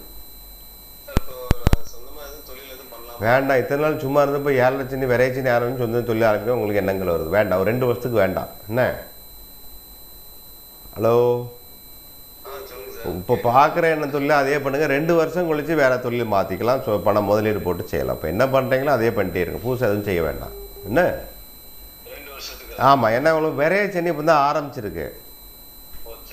விரைச்சனி முதல் போட்டால் பெருசாக லாபத்தை எதிர்பார்க்க முடியாது. என்ன? 2 வருஷம் போட்டோம். மற்றபடி மற்ற எல்லாம் நல்லாயிருக்கும். இடம் வாங்குறது, வீடு கட்டுறது, பொங்கு சின்ன அதெல்லாம் நடக்கும். என்ன? சுப விரயங்கள் ஆகும். ஆனால் தொழிலுக்கு இப்போ சரியாகுது. 2 வருஷம் போட்டோம். தேங்க்யூ. சரி, சரிங்க சார். தேங்க்யூ. தேங்க்யூ. இப்படி தான் ஒரு ஆள் ஜோசியம் பார்க்க வந்தார். என்ன சொல்லுங்கள். சொல்லுங்கய்யா. சரி சரி. இல்லை, டேட்டா பர்த் வேண்டாம், நட்சத்திரம் சொல்லுங்க. மீனராசி. இப்போ என்ன 10th +2 போயிருக்கோம். பாலிடெக்னிக் போயிருக்காரு. ரைட். அதனால் அவருக்கு இப்போது சனி தசை நல்ல தசை. அவர் இப்போ நட்சத்திரமே அவருக்கு வந்து சனி பகவானுடைய நட்சத்திரம் தான் உத்திரட்டாதி. இப்போ நல்லா இருக்கும். புதன் தசை நடக்கிறது அவருக்கு. புதன் நல்ல தசை. என்ன 7.5 அவளுக்கு வந்து ஒன்றும் கெடுதல் செய்ய ரொம்ப நல்லா இருக்குது. மேற்கொண்டு படிக்கினாலும் படிக்கலாம், முடிச்சுட்டு வேலைக்கும் போகலாம். வேலையெல்லாம் உடனே கிடச்சிடும் மீனராசிக்கு. கவலையே போட. மீனம் வந்து எப்பவுமே தெளிவாக இருப்பார். அது வேறு. இப்போ அவருக்கு புதன் திசை வேறு நடக்கிறது. புதன் வித்தை, கல்வி, அறிவு, ஞானம் எல்லாம் தரக்கூடிய திசை. என்ன நல்லா இருக்கு அவருக்கு. வழிபாடு சொல்லிங்க உங்களுக்கு. வழிபாடு பெருமாள் தான் கும்பிடணும். பெருமாள் சக்கரத்தாழ்வார். புதன்கிழமை பெருமாள் சக்கரத்தாழ்வாரை கும்பிட சொல்லியிருக்காங்க. என்ன? ஆமாம். பையனை கும்பிட்டுட்டே வர சொல்லுங்க புதன்கிழமை தோறும். ஆமாம். சரி சரி. புதன்கிழமை சக்கரத்தாழ்வார் வழிபாடு ரொம்ப ரொம்ப விசேஷம். மதுரையில் பார்த்தீங்கன்னா கண்டிப்பாக திருமோகூரில் ஆமாம் அவ்வளோ கூட்டம் இருக்கும். அவ்வளவு கூட்டம் இருக்கும். அதை பற்றி கொஞ்சம் சொல்லுங்க. அது என்னன்னு கேட்டிங்கன்னா, வைஷ்ணவமஸ்தில் சக்கரத்தாழ்வார் சுதர்சன சக்கரம். அசுரர்கள் எல்லாமே அசுரர்களுக்கு ஒரு காலத்தில் இடைஞ்சல்கள் நிறைய வருது. அசுரர்களுக்கு தேவர்களுக்கு வருது, அசுரர்களுக்கு வருது. அப்போ வந்து அசுரரும் வேண்டுறாங்க பெருமாளை, தேவர்களும் வேண்டுறாங்க. நல்லா இருக்கும் பொல்லா இருக்கும் நடுவே நின்ற தெய்வம் எல்லாரும் கும்பிடுவாங்க. ஆமாம். அப்படி வரும்போது என்ன செய்யறாருன்னா, தப்பு எங்கே இருக்குன்னா அசுரர் பக்கம்தான் இருக்குது. தேவர்கள் முறையிட்ட பெருமாள் வந்து அவனை சங்கு சித்திர கையோட போய் போர் பண்ண முடியாது இல்லையா? அதனால் அவர் கிட்டத்தட்ட 16 கை அவதாரம் எடுத்து 16 திருக்கரங்கள்லேயும் ஒவ்வொரு ஆயுதங்கள். அவர் கையில் உள்ள சக்கரம் சுதர்சன சக்கரமாக வெளியில் வருது. ஸோ அந்த சக்கரம் தான் என்னது, அசுரனை அழிச்சது. எதிரிகளை அழிக்கக்கூடியது, சத்ருவை அழிக்கக்கூடியது சுதர்சன சக்கரம். இந்த சக்கரம் என்ன செய்யறது, சக்கரத்தை சுதர்சன சக்கரம் அப்படி விட்டவுடனே போய் நேராக இந்த அசுரனுடைய தலையை அப்படி கொய்து திருப்பி அந்த சக்கரம் திருப்பி ஒரு கைக்கு வந்துடும். பெருமாள் கைக்கு வந்துடும். அதான் அந்த சக்கரத்தினுடைய சக்தி. போயிட்டு அப்படியே ரிமோட் மாதிரி. அப்போ பெருமாள் கோவில்ல சுதர்சன சக்கரத்தாழ்வாரும் நரசிம்மரும் சேர்ந்து இருக்கக்கூடிய தன்மையை கண்டிப்பா நீங்க அங்க சில கோயில்ல வந்து தனியாவும் இருக்கும் சக்கரத்தாழ்வார் இருக்கு. இப்ப நாங்குநேர் கோயில்ல இருக்கு. நாங்குநேர் ஸ்ரீ வாடாமலை பெருமாள் கோயில் பழங்கால கோயில்ல வந்து இப்பெல்லாம் புதுசு புதுசா நிறைய கோயில வைக்கிறாங்க. அது வேற விஷயம், ஒன்றும் தப்பு இல்லை. முக்கியமானது யார் சொல்லுங்க. பழைய அதாவது நாங்குநேர் ஸ்ரீ வாடாமா பெருமாள் பார்த்தேன்னு கேட்டோம்னா இந்தியாவிலே அந்த மாதிரி ஒரு கோயில் 4 இடத்துல இருக்கு. வந்து சுயம்பு மூர்த்தி, சுயம்பு பெருமாள். எல்லா பக்கமும் சிவன் தான் சுயம்பா இருக்கும். இப்பவும் அந்த குளத்து தண்ணி வந்து சிகப்பா தான் இருக்கும். சிகப்பு. ஆமா. அந்த குளத்தினுடைய நீர் எப்படின்னு கேட்டீங்கன்னா சிகப்பா தான் இருக்கும். என்ன பெருமாள் வரும்போது பெருமாளுக்கு லேசாக காயப்பட்டு அந்த ரத்தம் வந்ததாக ஒரு ஐதீகம். வாடாமலை பெருமாள் அந்த சாமிக்கு இன்னும் பார்த்தீங்கன்னா காரத்துல நேவேத்தியம் கிடையாது, மிளகு காரம் தான். வெத்தல் சேர்க்க மாட்டாங்க தலிகையில. சாமி நேவேத்தியத்தை புளியார போட்டாலும் வேற பிரசாதம் போட்டா வெத்தல் கிடையாது. சாமிக்கு இந்த அங்க அடிபட்டதுனால அது வந்து ஆகாதுன்னு சொல்லி மிளகுல தான் எண்ணெய் கிணறு இருக்கு. சாமிக்கு அபிஷேகம் குளிர்ச்சி பண்றதுக்காக எண்ணெயை ஊற்றி அபிஷேகம் பண்ணி அந்த எண்ணெய் கிணறு இருக்கு. நோய் தீ கொடுத்து அப்போ நல்லெண்ணெய் அது என்ன கேட்டீங்கன்னா, இது அந்த காலத்திலேயே வந்து பார்த்தீங்கன்னா சக்கரத்தாழ்வார் ராமானுஜர் காலத்திலே அதுக்கு முந்தின காலத்திலே பிரதிஷ்டை பண்ணி அது ஜிஆர் சுவாமியினுடைய குருவர்களோட ஒரு பீடாதிபதி மாதிரி ஜிஆர் சுவாமி மடாதிபதியினுடைய பார்வையில் நேரடி பார்வையில் அவ்வளோ பூஜைகள் புனஸ்காரம் நடக்கிறதுனால இந்த நாங்குநேர் இப்போ நிறைய கோயிலில் சக்கரத்தாழ்வாரை வச்சு வழிபாடு பண்ணுறாங்க. அது வேறு விஷயம். இருந்தாலும் நீங்கள் வந்து எந்தலாமோ கோயிலுக்கு போகிறீங்க, பெரிய பெரிய கோயில், ஒரு கோயில் ஒருத்தர் போயிட்டு வந்து அதே கோயில் தான். நிறைய கோயில் இருக்குது. நமக்கு பலன்களை அள்ளித்தரக்கூடிய கோயில்கள் இந்தியாவில் தமிழகத்தில் திருநெல்வேலி மாவட்டத்தில் நிறைய இருக்குது. திருப்பதி பெருமாளோட நாங்குநேர் பெருமாளும் சொத்து அதிகம், பணக்கார சாமி. வந்திருக்கு, நியூஸ் பார்த்துருப்பீங்க. உண்மைது. ஒரு நேயர் வர தொடர்ந்து நாங்குநேரி வானமாமலை சுவாமியை பேசுவோம். ஹலோ வணக்கம்மா, எந்த ஊர்ல இருந்து பேசுறீங்கம்மா? சரி, யாரு கேக்குறீங்க? கேளுங்க. பெயர் நட்சத்திரம் சொல்லுங்க. டிவி பார்த்து பேசாதீங்க, போன்ல மட்டும் பேசுங்க. என்ன டிவியை விட்டு தள்ளி வந்து பேசுங்க. பெயர் நட்சத்திரம் சொல்லுங்கம்மா. பேர் வந்து உதயலட்சுமி. சரிம்மா. பேர் உதயலட்சுமி. சரிம்மா. நட்சத்திரம் 24. எனக்கு கேட்ட நட்சத்திரம் விருச்சிக ராசி. வயசு என்னம்மா? 24. 24 வயசு. நீங்க வேலை கேக்குறீங்களா? சரி, வேலைக்கு கேக்குறீங்களா திருமணத்துக்கு கேக்குறீங்களாம்மா? இல்ல, எனக்கு பொன் குழந்தை இருக்கு, ஆண் குழந்தை பாக்கியம் இருக்கா? அவரோட நட்சத்திரத்தையும் சேர்த்து சொல்லுங்கம்மா, அப்பதான் கணக்கு பண்ணுவாங்க ஐயா. சின்னத்துறை. அவர் நட்சத்திரம் திருவோண நட்சத்திரம், மகர ராசி. திருவோணமும் கேட்டே மூலம் பூரம் திருவோணம் திருவோணம் 5வது நட்சத்திரம். அந்த 2வது குழந்தை பிறந்த இல்லையா, அந்த குழந்தை நட்சத்திரம் முதல் குழந்தை 2வது அந்த நட்சத்திரம் அவளுக்கு வந்து ஹஸ்த நட்சத்திரம் கன்னியா ராசி. Okay okay. கண்டிப்பாக அடுத்து ஆண் குழந்தை இருக்குது. அது கேட்குறீங்களா? ஓ, அதாவது இப்போ பார்த்தீங்கன்னா 2026 வருஷம் மே மாதம் 15 குரு வந்து எங்கன்னா கடகராசி உச்சத்துக்கு வரார். அந்த பொதுவாகவே குரு உச்சமாக இருக்கும்போது நிறைய பேருக்கு ஒரு ஆண் குழந்தை பிறக்கும்னு சாஸ்திரத்தில் சொல்லியிருக்கு. நீங்களே பார்த்தா அனுபவத்தில் சில குறிப்பிட்ட ஒரு சீசன் மாதிரி பொம்பளை பிள்ளையாக பிறந்துட்டு இருக்கோம். ஆமாம். சில குறிப்பிட்ட சீசனில் பார்த்தா ஆம்பளை பிள்ளையாக பிறக்கும். பார்த்துருக்கீங்க இல்லையா? அதுக்கு என்ன காரணம்? கிரகங்கள் தான் காரணம். அப்போது ஆண் குழந்தை இப்போ வரக்கூடிய ஜூனில் இருந்து பார்த்தீங்கன்னா அடுத்த ஜூன் வரை நிறைய பேருக்கு ஆம்பளை பிள்ளை தான் பிறக்கும், 100% அப்போ பரிகாரம் என்ன பண்ணுறீங்கன்னா, நீங்கள் வந்து இப்போ நாங்கள் வானவள சாமி பற்றி தான் பேசும்போது நீங்கள் வந்திருக்கீங்க. அருவங்குளம் அங்கும் விசேஷமான பெருமா கோயில் இருக்கு இல்லையா? அப்படி என்ன லட்சுமி நாராயண பிரதம ஒன்று பண்ணணும். வெள்ளியில் லட்சுமி நாராயணர் லட்சுமி மகாவிஷ்ணு சேர்ந்த வெள்ளி உருவத்தை வச்சு வீட்டில் வச்சு பூஜை பண்ணிட்டே வாங்க. கண்டிப்பாக உங்களுக்கு ஆண் குழந்தை உண்டு. குழந்தை பிறந்தா லட்சுமி நாராயணன் பெயரை சேர்த்துக்கணும். என்ன சொல்லியாச்சு? ஆமான்ட்டானா? ஆமாம் குழந்தை ஆமாம்மா ஈங்கிறத குழந்தை சீன்னு சிரிக்கிற. ஆமாம் ஆமாங்க. அதான் சொல்கிறேன். அவளும் சந்தோஷம் விளையாட தம்பி சந்தோஷம். சரி சரி சரி சரி நன்றி. தேங்க்யூ. அதே மாதிரி வானமாமலை கஷேத்திரம் நாங்குநேரி கண்டிப்பா சுதர்சன பெருமாள் ரொம்ப ரொம்ப விசேஷம் எங்கேயுமே கிடையாது. ஒரு நேர் அட்டன் பண்ணிட்டு அதை நம்ம முழுமையா நேர்களுக்கு சொல்லிடலாம். ஐயா ஹலோ ஹலோ வணக்கம்மா. சொல்லுங்க. சரி. வயசு என்னம்மா? ஓகே. வேலை கேக்குறீங்களா? எது கேக்குறீங்க? சரி, வேலை செட்டில் ஆகிட்டாரு. திருமணத்துக்கு சூரியனால சந்திரன் பயிரல் செவ்வாய். அப்போ ராகு தசை நடக்கணுமா அவருக்கு? ஹலோ கேட்குறீங்களா? ராகு நல்ல தசை தான் அவருக்கு. 2026 முடியக்கூடிய ஸ்டேஜில் நவம்பருக்கு அப்புறம் தான் கல்யாணம் நடக்கும். வேறு ஏதாவது தெரிஞ்ச இடம் வருதா உங்களுக்கு? அவருக்கு தெரிஞ்ச இடம், உங்களுக்கு தெரிஞ்ச இடமா அந்த ஜாதகம் வந்திருக்கா? இப்போ முடிக்கணுங்கிறாரா? அதான் இருக்கு. அப்படி தான் செய்வான் ராகு. ராகு தான் சட்டையை கழட்டிடுமே, பாம்பு சட்டையை. சரி. பொண்ணு பிடிக்கலையா?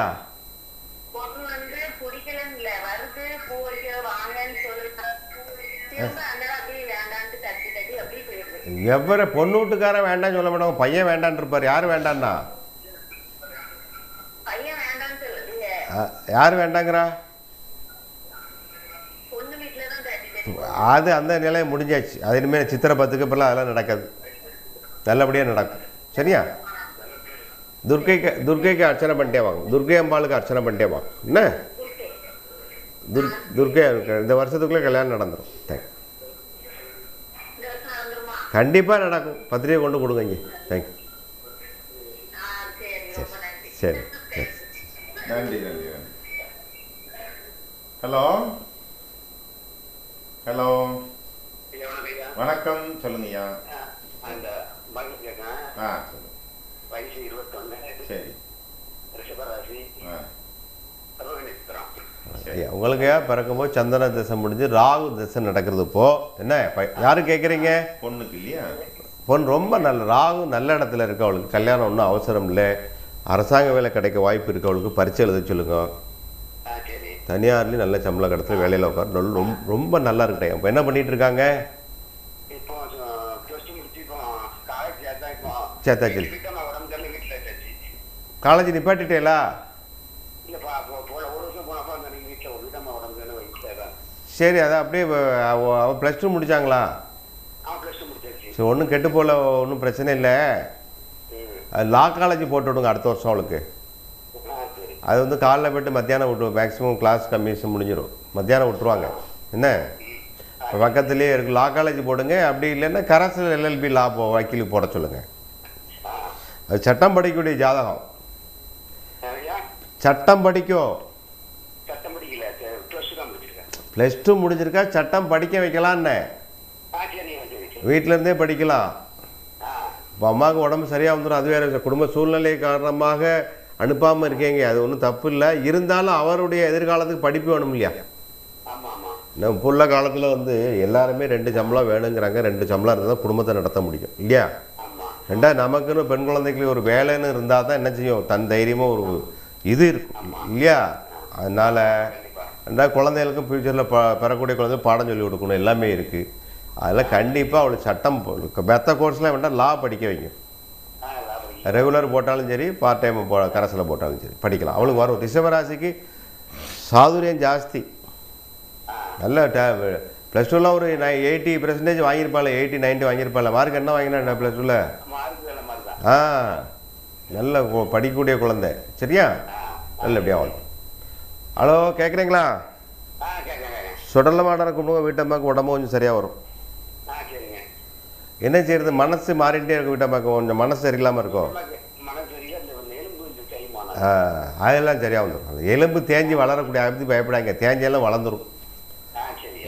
எலும்பு நிறைய இடத்துல இப்போ என்ன எலும்பு தேஞ்சு, நிறைய பேர் டாக்டர் சொன்னால் என்ன நினைக்கிறாங்க, எலும்பு தேஞ்சோன்னா அப்படியே தேஞ்சே பேர் நினைக்கிறாங்க. அப்படி இல்லை, எலும்பு வந்து வளரதான் கூடாது, பிரச்சனை வரும். வனமாமலை பேசணும்னே அந்த எண்ணெய் வாங்கி. ஆமாம், அந்த எலும்பு வந்து தேய்மானம் வந்து நல்ல சத்து சாப்பிடும்போது ஒரு மாதிரி தேய்மானம்லாம் சரியாக வந்துடும். தேயும் வலி எல்லாம் அது மாதிரி வரும். என்ன ரத்தம் மாதிரி தான் என்ன. அப்போ இந்த வானவள சாமி பெருமாள் இருக்கார் இல்லையா நாங்குநேரில், அங்கே அந்த சாமிக்கு அபிஷேகம் பண்ண எண்ணெய் பிரசாதமாக கொடுப்பாங்க ஒரு பாட்டிலில். அதை வாங்கி தேய்க்கும். தேங்க்யூ. அதாவது நம்பிக்கை தான் வாழ்க்கை. உண்மை நோய்க்கு மாதிரி பேய்க்க மாட்டேங்க. ரெண்டாவது நமக்கு வந்து நோய்க்கு கேட்கலன்னா மருந்து கேட்கலாம், அதுதான் மருந்து. தெய்வத்தினுடைய பிரசாதம் தான் மருந்து, அதுதான் உண்மை. என்ன என்ன ஒவ்வொரு அந்த காலத்துலேயே அதுக்கு ஒரு சக்தி இருக்க போய் தானே அப்படி வச்சுருக்காங்க. சரி, தேங்க்யூ.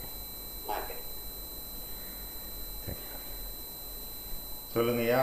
நம்ம நாங்குநேரி க்ஷேத்திரம் கண்டிப்பாக அவர் பெயர் என்னன்னா, இன்னொரு பேர் வந்து திவ்ய தேசத்தில் ஒரு தேசி, அதில் தோத்தாத்ரிநாதர்னு அவருக்கு ஒரு பேர் உண்டு. சமஸ்கிருத பேர் தோத்தாத்ரிநாதர். இப்போ நாங்குநேரி பேட்டில் நிறைய பேருக்கு வனமாமலைன்னு பேர் இருக்கு. ஆமாம், கண்டிப்பாக எல்லா சமூகம் வனமாமலை பேர் வச்சிருக்காங்க. இப்போ நீங்கள் நம்ம முக்கியமாக இப்போ நிறைய எதிரிகளினுடைய தொந்தரவுகள் அதிகமாக இருக்குன்னு சொல்லிட்டு இவங்க என்ன சாமி கும்பல்லாம் நிறைய குழப்பத்தில் இருக்காங்க. நீங்கள் சொன்ன மாதிரி அந்த சுதர்சன சக்கரத்தை வழிபாடு பண்ணக்கூடிய சக்கரத்தாழ்வார் அல்லது சுதர்சன பெருமாள் அப்படின்னு சொல்லக்கூடிய வழிபாடு கண்டிப்பா. அதை நம்ம நீங்க எப்படி என்ன கிழமையில அல்லது என்ன நட்சத்திரத்துல என்ன பூ சாத்தணும், என்ன நேவேத்தியம் கொடுக்கணும், அதை கொஞ்சம் சொல்லுங்க. கண்டிப்பா. அது எதிரிகளை வந்து தடுத்து நிப்பாட்டக்கூடிய எதிரியுடைய செயல்கள் நமக்கு வந்து கெடுதல் பண்ணாமல் இருக்கணும்னா சக்கரத்தாழ்வார் வழிபாடு ரொம்ப விசேஷம், ரொம்ப முக்கியமானது. அவருக்கு வந்து மெயினாக என்ன நரசிம்மன் மாதிரி தான் அவருக்கு என்ன பானகரம் ப்ளஸ் வெண்பொங்கல்.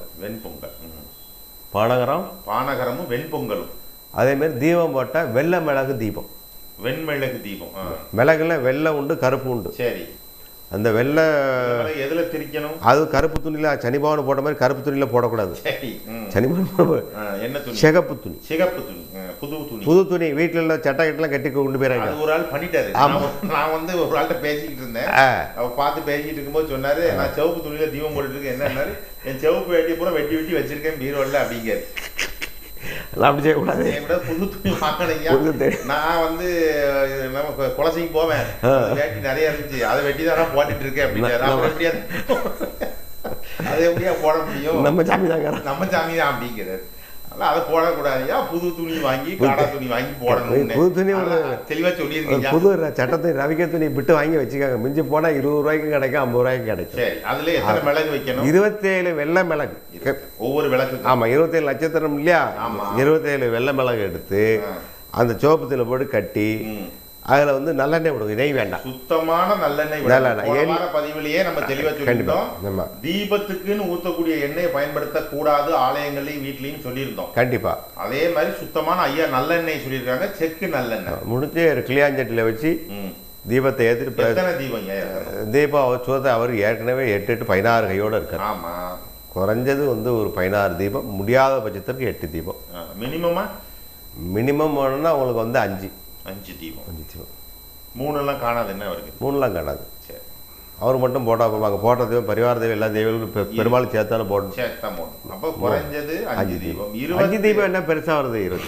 27 வெள்ளை மிளகு, சிகப்பு புது துணி, அதுல மண் தீபத்துல சுத்தமான நல்லெண்ணெயை விட்டு சுதர்சன பெருமாளுக்கு என்ன கிழமையா செய்யணும்? அவர் சுதர்சன கிழமை எடுத்துக்கணுமா, திதி எடுத்துக்கணுமா, நட்சத்திரம் எடுத்துக்கணுமா? அது ஒன்று பார்த்தீங்கன்னா கிழமை வந்து என்ன கிழமை எடுக்கலாம்னு கேட்டிங்கன்னா சனிக்கிழமை எடுக்கலாம். சனிக்கிழமை. சனிக்கிழமை புதன் கிழமை எடுக்கலாம். செவ்வாய் எடுக்கலாமா? செவ்வாய் எடுக்கலாம். சுவாதி நட்சத்திரம் எடுக்கலாம். சுவாதி. திருவோணம் எடுக்கலாம். திருவோண நட்சத்திரம். சுவாதி திருவோணம். திதிகள்ல என்ன எடுக்கலாம் ஐயா உங்களுக்கு? திதியில் வந்து சப்தமி நல்லது. சப்தமி. சுதர்சன பெருமாளுக்கு. அஷ்டமி போடலாமா? அஷ்டமி போடலாம், அந்த பிள்ளை. சப்தமி நல்லது. சுதர்சன பெருமாள் இது ஒரு வைணவத்தில் ஒரு, அதாவது உக்ரதெய்வமாக இருந்தால் கூட சாத்வீகம் உண்டு இருக்கு. சரி, தந்திரமா போய் சம்ஹாரமூர்த்தி தானே. சம்ஹாரமூர்த்தி. பெருமாள் கையில இருக்கும்போது சாத்வீக மூர்த்தி. கண்டிப்பா. பெருமாள் கையில இருந்து புறப்பட்டாருன்னா சம்ஹாரமூர்த்தி. கண்டிப்பா. அவர் சக்கரத்தில், பெருமாளுடைய சக்கரத்தில் வந்து ஒரு அவதாரம் தானே சுதர்சனம். ஆமா, கண்டிப்பா. இப்போ அதாவது இந்த சுடலமாட சுவாமி, அப்புறம் அகோர வீரபத்திரர், இந்த சாமிலாம் சொல்லுவாங்க. அந்த சாமிலாம் சிவனுடைய வேர்வை துளியிலிருந்து வந்தவர் தான் அகோர வீரபத்திரர். அந்த மாதிரி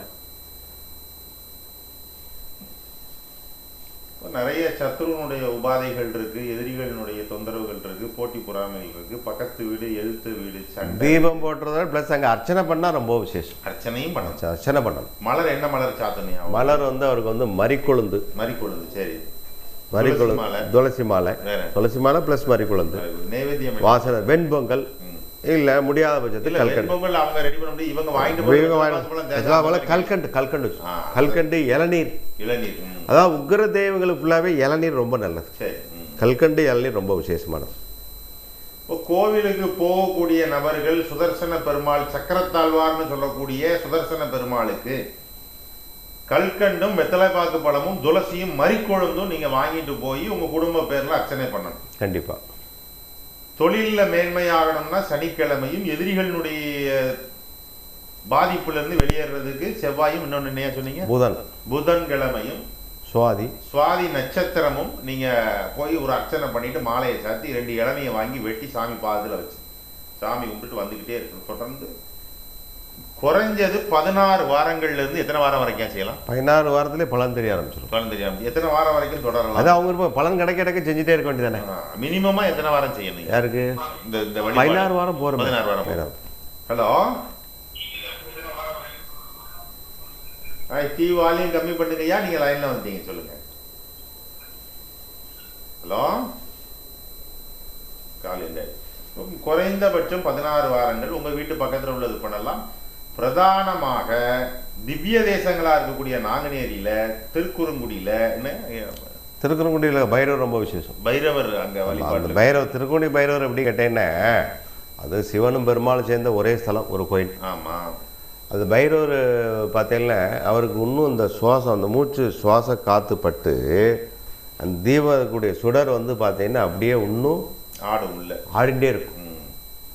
பைரவர் வந்து பைரவருடைய விக்கிரகத்திலிருந்து வரக்கூடிய மூச்சு காத்தானது அங்கே உள்ள ஒரு தீபம் எரியும். பார்த்துக்கோ, கருவறையில் பொதுவாக தீபம் வந்து அசையாது, அப்படியே தான் நிற்கும். ஆனால் திருக்கரங்குடியில் இருக்கக்கூடிய பைரவர் சன்னதியில் மட்டும் அந்த தீபத்தினுடைய ஜோலையானது பார்த்தீங்கன்னா அப்படியே சுத்தி தீபம் இருக்கும். ஆமா, பைரவ சுவாமியினுடைய மூக்குக்கு நேரா இருக்கக்கூடிய தீபம் மட்டும்தான். கண்டிப்பா எந்த தீபமும் இது நேர்ல இன்னைக்கும் நீங்க பார்க்கலாம். கண்டிப்பா, அதான் உண்மை. அதனால அந்த பைரவர் ரொம்ப விசேஷமான பைரவர். அதை பத்திய ஒரு விவரங்கள் எப்ப வழிபாடு செய்யலாம் அடுத்த வாரம் பார்ப்போம். அடுத்த வாரங்கள்ல நம்ம அதை பத்தி தெளிவா நம்ம பார்த்துக்கலாம். அதனால நம்ம ஊர்லயே ஐயா சொன்ன மாதிரி நிறைய கோயில், திருநெல்வேலி, தூத்துக்குடி, தென்காசி மாவட்டத்தில் பல சக்திகள் கிடைத்தக்கூடிய தெய்வத்திய சாநித்தியம், பெரிய பெரிய மகான்கள், ஞானிகள் எல்லாம் இங்கே பிறந்தவங்க தான். நிறைய கோயில்கள் இருக்குது. நீங்கள் உள்ளூரில் விட்டுட்டு வெளியூரில் போய் அங்கே கும்பிடுவாங்க, வேண்டாம்னு சொல்லலை, எல்லா ஊரும் பார்க்கணும். இருந்தாலும் முதல்ல நம்ம சுற்றி இருக்கக்கூடிய தெய்வங்களை கும்பிடாமல் நீங்கள் வெளியூர் தெய்வங்களை கும்பிட்டு பலன் கிடையாது. நிச்சயமா. அதாவது நம்ம முன்னோர்கள் சேர்த்து வச்ச பூர்வ புண்ணியம் மாதிரி ஒரு பேங்க் டெபாசிட்ல ஏகப்பட்டது. கண்டிப்பா நமக்கு தேவையான ஐஸ்வர்யங்களை பெறுவதற்கு சுத்தி சுத்தி நிறைய கோயில்கள். நவ கைலாயம், நவல கையில் நிறைய இருக்கு. திருநெல்வேலி மாவட்டத்துல நவ கைலாயம், கைலா இருக்கு. நவ திருப்பதி இருக்கு. நவ திருப்பதி இல்ல இருக்கு. அது நதி தீரத்தில் இருக்குது. அதான் ரொம்ப விஷயம். எப்பவுமே ஆலயங்கள் வந்து நதி தீரத்தில் இருக்கக்கூடிய ஆலயங்கள், அருவிக்கரையில் இருக்கக்கூடிய ஆலயங்கள், சமுத்திர ஸ்தலத்தில் இருக்கக்கூடிய ஆலயங்கள்லாம் அந்த தெய்வங்களுக்கு சக்தி அதிகம். அப்போ நவ திருப்பதி திருநெல்வேலி மாவட்டம் தூத்துக்குடி மாவட்டத்தில் இருக்கக்கூடிய நவ திருப்பதி நவ கைலாயத்தினுடைய தன்மைகள் ஒன்னொன்னும் ஒரு ஒரு கிரகங்களுக்கு உரியதுங்கிறதுல உள்ள கண்டிப்பாக. அது ஒவ்வொரு வாரம் ஒவ்வொன்றா பார்ப்போம். ஒவ்வொரு வாரம் பார்ப்போம். சூரியனுக்கு உண்டான சிவஸ்தலம் பாவனாஸ்தலம். ஆமாம். அடுத்தது சேர்மாதேவியில் சந்திரன், அப்புறம் கோடகநல்லூர், வரிசையா இருக்கு ஒவ்வொரு கிரகத்துக்கும். அப்ப எங்க போய் வழிபாடு பண்ணணும் அப்படிங்கிறதையும் நீங்க ஐயாட்ட நேரடியாக ஜாதகம் பார்க்கும்போது அந்த விவரத்தை நீங்க கேட்டு தெரிஞ்சு கொள்ளலாம். டிவி சேனல் மூலமாகவும் ஒவ்வொரு வாரங்கள். அது எப்பவுமே பார்த்தீங்கன்னா இந்த பொண்ணு எடுக்கும்போது உள்ளூர்லேயே பொண்ணு இருக்கும். உள்ளூர்ல ஆலயம் தொழுதல் சாலவும் சிறப்பு. கண்டிப்பா ஆலயம் தொழுதல் சாலவும் நன்று. இந்த உள்ளூர்லேயே பொண்ணு எடுக்க மாட்டாங்க நிறைய பார்த்துருக்கலாம். உள்ளூர்ல பொண்ணு படிச்ச பிள்ளை பொண்ணா தெரியுது, சாமியை மதிக்க மாட்டாங்க. ஆமா, உள்ளூர்ல சாமி கும்பிடாம நீங்க வெளியூர்ல எங்கேயோ போய் சாமி கும்பிட்டுருக்கீங்க. அப்போ இவங்க டூர் போகணும்னு போறாங்களா, சாமி கும்பிட போறாங்களா? டூர் போகணும் தான். வெளியூர் போயிட்டு ஜாலியா போயிட்டு வரணுங்கிறதுக்காக போறாங்க. என்ன ஆமா, அது இல்ல பக்கத்து வீட்டுல யாராவது போயிருப்பாங்க, நாங்க போயிட்டு வந்தா எனக்கு நல்லா இருக்கும்பாங்க. ஆனால் நானும் போகணும்ல. நீங்க சுதர்சன பெருமாளை பத்தி சொல்லும் போது நம்ம திருநெல்வேலி டவுன்ல இருக்கக்கூடிய நரசிங்க பெருமாள் ரொம்ப விஷயம் தெரியவே இல்லையா? தெரியல. அதை பத்தி பேசுவோம். 2 வார்த்தை சொல்லி. அதாவது இங்க இருக்காருன்னு சொல்லுங்க. கோவில் இருக்கான்னு என்ற ஒரு ஆள் கேட்டாங்க. லட்சுமி நரசிம்ம பெருமாள் கொடிமரத்தோட விசேஷமான பூஜைகள் நடந்து கொண்டிருக்கு. பல வருடங்களாக கிட்டத்தட்ட நெல்லையப்பர் கோயில் எப்போ கட்ட ஆரம்பித்து வந்ததோ அந்த காலத்திலே இருக்குது இந்த லட்சுமி நரசிம்மர் ஆலயம். இவர் எங்கே இருக்காருன்னு கேட்டேன்னா நெல்லையப்பருக்கு பின்னாடி நேர் பேக் சைடில் தான் இருக்கார். நெல்லையப்பரை சுற்றி வரும்போது ஒரு கதவு, ஒரு பின்வாசல், அந்த வாசல் அந்த கோயிலுக்கு. திருநெல்வேலி டவுன் மார்க்கெட்டுக்கு உள்ளேயே இருக்குது விசேஷமான லட்சுமி நரசிம்ம பெருமாள். ஒரு தடவை போயிட்டு வந்து எப்படி இருக்கு நீங்க சொல்லுங்க. அதே மாதிரி எனக்கு என்ன தோணும்னா, நம்ம சங்கரன் கோயில்ல சங்கரன் சிவலிங்கம் சாமி இருக்காரு இல்லையா, சங்கர. ஆமா ஆமா. அவருக்கு நேர் பின்னால நரசிம்மர் இருப்பார். ஆமா, விசேஷமா சிவனுக்கு நேர் பின்னால். அதே மாதிரி நம்ம நெல்லையப்பருக்கு நேர் பின்னால பாத்தீங்கன்னா விசேஷமான கோயில். அப்போ ஹரியும் சிவனும் ஒண்ணுங்கிற தத்துவத்தை விளக்கக்கூடிய திருநெல்வேலி தான். திருநெல்வேலியில கண்டிப்பா அந்த கோவில்ல வழிபாடு பண்ணிட்டு வாங்க. அது என்ன கிழமை வழிபாடு பண்ணணும் நீங்க சொல்லி? லட்சுமி நரசிம்மருக்கு வந்து இப்போ சுவாதியில விசேஷமா பூஜை நடந்துட்டு இருக்கு. சனிக்கிழமை நல்லா இருக்கு. சனிக்கிழமையும் சுவாதி நட்சத்திரம், சனிக்கிழமையும் சுவாதி நட்சத்திரமும் ஆமா சேர்ந்து வந்தாலும் சரி, தனித்தனியா இருந்தாலும் சரி, நரசிம்மர் வழிபாடு கண்டிப்பா ரொம்ப விசேஷமா இருக்கு. அதுக்கு என்ன வாங்கிட்டு போகணும்? அங்க கல்கண்டு, துளசி மாலை, மல்லிகைப்பூ மாலை.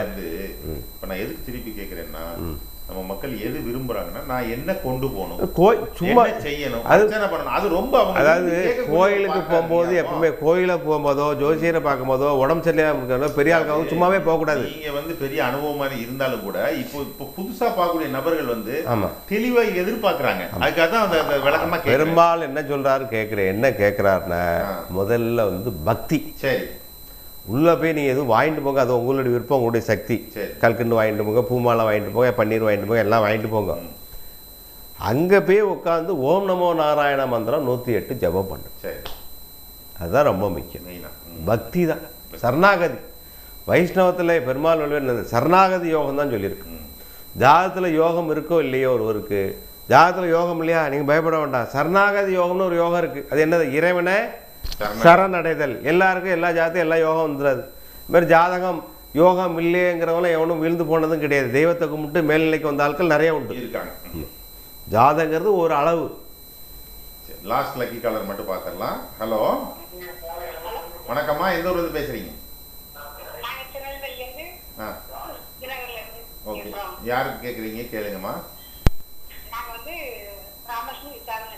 சரி, விசாகம் திருவாதிரையா? இல்ல, யாருக்கு விசாகம்? சரி, என்ன துலாமா விருச்சிகமா? வயசு என்னாச்சு? சரி, முதல்ல ஒவ்வொருத்தருக்கா சொல்லுங்க. விசாக நட்சத்திரம் வேலை தசை ஒரு 10, சனி 21, புதன் தசை நடக்கிறது. கிட்டத்தட்ட 46 வயசில் புதன் தசை நடக்கும். புதன் நல்ல தசை. வயிறு சம்பந்தமான நோய்கள் அறுவை சிகிச்சைகள் வந்து விலகும். நல்லா இருக்குமா உங்களுக்கு? ஹலோ, கேட்குறீங்களா? வழிபாடு சொல்லி. ஹலோ, கேட்குறீங்களா? புதன் நல்ல திசை தான் நடந்துட்டு இருக்கு உங்களுக்கு. புதன் திசை நடக்கிறது. புதன் நல்ல திசை. நல்லா இருக்குமா உங்களுக்கு? எப்போ போல பெருமாள் வழிபாடு பண்ணிட்டேவா. Thank you, thank you. தொடர்பு கொள்ளக்கூடிய நேயர்கள் ஒவ்வொரு சனிக்கிழமையும் மாலை 6 மணி முதல் 7 மணி வரை ஒளிபரப்பாகும் நேரடி ஒளிபரப்பு. ஜாதகம் பார்க்கணும் விருப்பம் இருக்கக்கூடிய நபர் 24 சமயத்திரை சிஎன் கிராமம் திருநெல்வேலி ஜங்ஷன் இந்த முகவரிக்கு 9444866722 ஐயாவுடைய தொலைபேசி என தொடர்பு கொண்டு உங்களுடைய ஜாதக பலனை பார்த்து தெரிந்து கொள்ளலாம். கோவில்களுக்கு, குடும்பங்களுக்கு தேவ பிரசன்னம் பார்க்கக்கூடியவங்க, குடும்ப பிரசன்னம் பார்க்கணும்னு நினைக்கக்கூடியவங்க என்னுடைய நம்பரை கான்டாக்ட் பண்ணிக்கலாம். என்னுடைய நம்பர் 9442448789 இந்த எண்ணுக்கு தொடர்பு கொண்டு அப்பாயின்மெண்ட் ஃபிக்ஸ் பண்ணிட்டு வந்து உங்களுடைய பிரசன்ன சம்பந்தப்பட்ட கேள்விகளை நீங்கள் கேட்டு தெரிந்து கொள்ளலாம் என்று கூறிக்கொள்கிறேன். அனைத்து நேயர்களுக்கும், மா டிவி நேயர்களுக்கும் நன்றி தெரிவித்துக் கொள்கிறேன். நன்றி, வணக்கம்.